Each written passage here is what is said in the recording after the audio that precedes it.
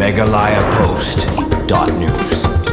Ngut kinong Shnong Kem Belehari kebadan hagathan Western Riboy Khlaw Shnong Kem kinong trai ke Tnad Forest jong Gejala Assam kebadai tang na kadaw ke jinglit Pom Dieng na kuwi ke Khlaw Shnong jong ke Shnong Belehari Henry kinong trai ke Tnad Forest na Assam kilawan ban kem ya kita ki Ngut kinong Shnong Kem damap setia kini ki Ngut ki Khlaw Kem hnen kasngi ki kentup yaw benustar nong plang bat uwai par ubadang red kerta bat ba kinong trai ke Tnad Forest kila pelat no hadian Khlaw Kem Henry yaw te urang ba pan uba kila kem kila ra no sha Assam halor kate gejing keno Pom Dieng kumbalayo banekran bat Deputy Commissioner Kariboy Abilash Baranwal ulayatu halor kani gejingja ba Kem kita ki Ngut na Belehari ulashim kia banekran bat ki Borsen Shah District Kamrum para juga poru ulayakran yaw DFO banekran halor kani ke kam ulayatu ru uwai na pedeng Khlaw Kem kila pelat no na kadaw ke bodang red kerta kan bayaw te uwai pan urang ba kila kem berra sha Assam shushu ulapan paru ba ke Borsen Shah District kan nakshim kia banekran halor kate gejing Kem kita ki Ngut bat kerman scam bada gejing shim kia banekran ki Borsen Shah District Kamrum bat ke Tnad Forest kin pelat no yaw te urang ba ubadang dan hapedeng gejing tokit ki brio ke Tnad Forest na Assam.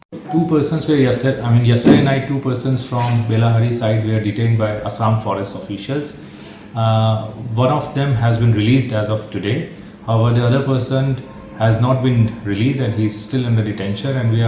from our side we are taking it up with the counterpart district administration, and I've also asked my DFO to take up with his counterpart DFO so that the other person who is still under detention can be released at the earliest.